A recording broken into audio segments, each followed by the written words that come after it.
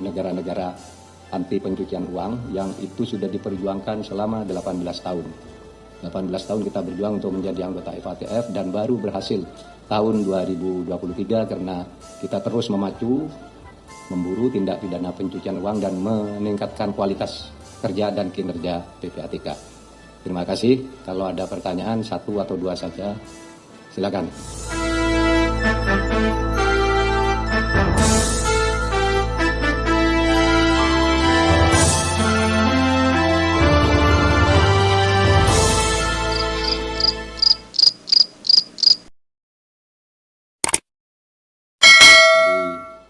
Rabu, tanggal 17 Januari 2024. Saya sebagai Ketua Komite Nasional TPPU sekaligus sebagai pengarah Satgas TPPU terkait dugaan 300 surat dugaan atau masalah pencucian uang ke Kementerian Keuangan telah menerima laporan akhir Satgas TPPU yang berisi hal-hal pokok sebagai berikut. Satgas TPPU dibentuk berdasar hasil keputusan rapat Komite Nasional TPPU 10 April 2023 dan disampaikan dalam rapat dengar pendapat dengan Komisi 3 DPR tanggal 11 April 2023. Masa tugas Satgas TPPU telah berakhir pada 31 Desember 2023 dan dalam kurun waktu 8 bulan. Satgas telah melakukan supervisi dan evaluasi penanganan 300 surat LHA, LHP, informasi dugaan TPPU dengan nilai agregat lebih dari 349 triliun. 300 surat LHA, LHP informasi seluruhnya telah dibahas secara sistematis dalam Satgas TPPU dengan melibatkan 12 orang tim ahli yang terdiri dari para akademisi dan para tokoh yang concern dalam pemberantasan TPPU bersama Dirjen, sekarang hadir nih Dirjen Bea Cukai dan Bea Cukai, kemudian Dirjen Pajak, Kejaksaan, Kepolisian, dan KPK.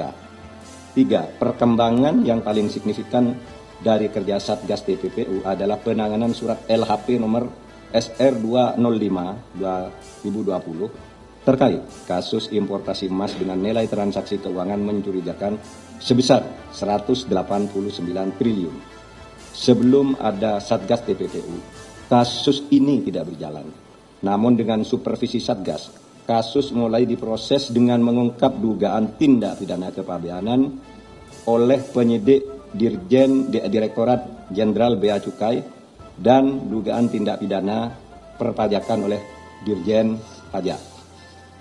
Status kasus kepabeanan importasi emas grup SB telah naik ke tahap penyidikan. Sedang kasus perpajakan dalam tahap pengumpulan bukti permulaan yang terdiri dari 4 wajib pajak dengan perkiraan pajak kurang bayar mencapai ratusan miliar rupiah. Terhadap kasus lainnya, saat ini sedang ditindaklanjuti oleh Kejaksaan, Kepolisian, dan KPK. Kehadiran Satgas TPPU juga telah memberikan efek positif penyelesaian kasus-kasus serupa, baik penanganan dan penyelesaian tindak pidana asalnya maupun TPPU-nya, seperti kasus yang melibatkan oknum Bea Cukai di Makassar dan Yogyakarta. Jadi saudara, kasus itu berjalan penanganannya dengan cukup baik karena itu tadi ada yang sekarang sudah masuk penyidikan, ada yang sudah divonis seperti Rafael Alun memang masuk di surat ini sudah divonis seminggu lalu. Yang sebelumnya lagi ada di 300 surat itu Angin Prayitno, sebelumnya lagi juga ada Gayus. Itu kan 300 surat sejak tahun 2009 cuma belum terlapor, ada yang belum terlaporkan, ada yang masih berproses. Jadi semuanya itu sudah berjalan. Satgas TPPU telah memetakan permasalahan dan menyampaikan 7 rekomendasi. Salah satu rekomendasinya adalah Komite Nasional TPPU agar melakukan supervisi terhadap penanganan kasus importasi emas dengan melibatkan kelompok ahli dan kelompok kerja. Bahkan tadi ada usul yang lebih spesifik, dibentuk kelompok kerja yang terus mengawasi setiap laporan itu, memonitor. Dikirim tanggal berapa suratnya, sebulan kemudian itu sampai mana, sebulan kemudian sampai mana, dan seterusnya, agar tidak ada yang terlantar. Saudara, Satgas TPPU ini telah berakhir masa tugasnya, namun mekanisme kerja Satgas TPPU yang terbangun dengan baik selama ini akan dilanjutkan dan menjadi bagian optimalisasi kerja tim pelaksana Komite Nasional TPPU.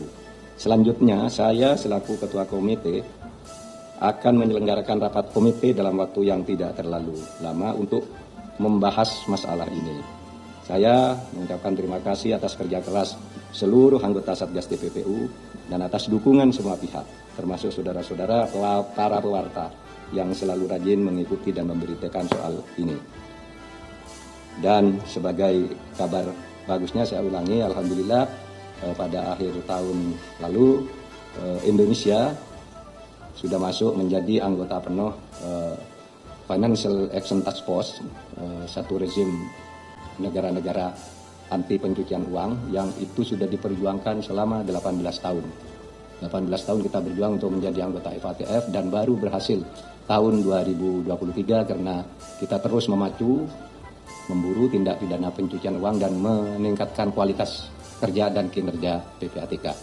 Terima kasih. Kalau ada pertanyaan satu atau dua saja, silakan.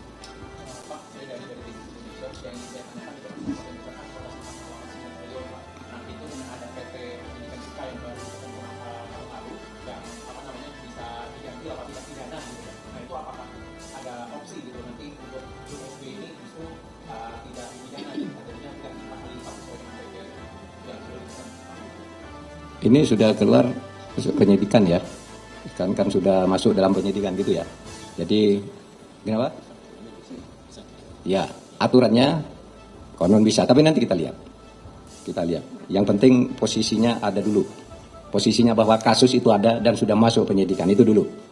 Karena biasa saja ada aturan yang menyimpangi itu, tapi bisa juga diteruskan, tergantung nanti. Seperti kasus Apeng itu kan dulu mau sudah diampuni diberi ini, tapi saya bilang enggak, pidana dulu masuk, sekarang udah masuk.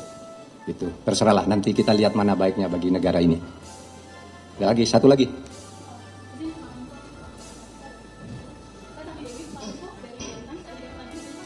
Satu aja, banyak banget. Enggak hafal saya nanti. Dua kalau gitu boleh ya Pak Menko ya, nawar boleh ya Pak.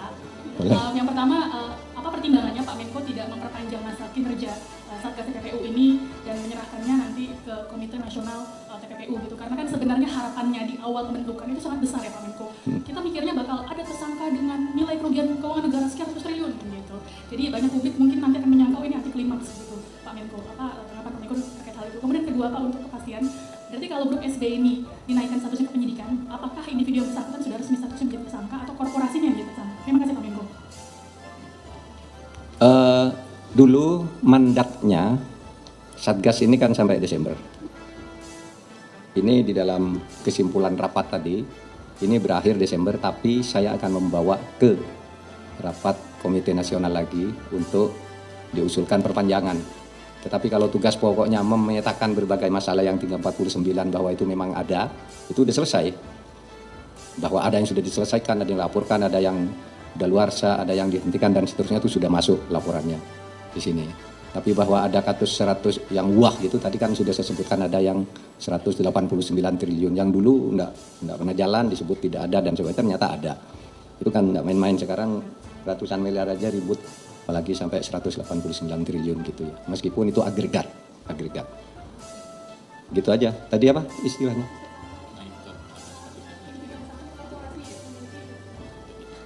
Itu biaya cukai nanti yang menentukan apakah korporasinya, apakah SB-nya atau siapanya, nanti biar berjalan dulu. Sekarang sudah ini. Yang penting bahwa kasus itu ada dulu. Itu ya. Kalau sudah teknis, kalau dibuka-buka sekarang nanti malah bubar itu di jalan.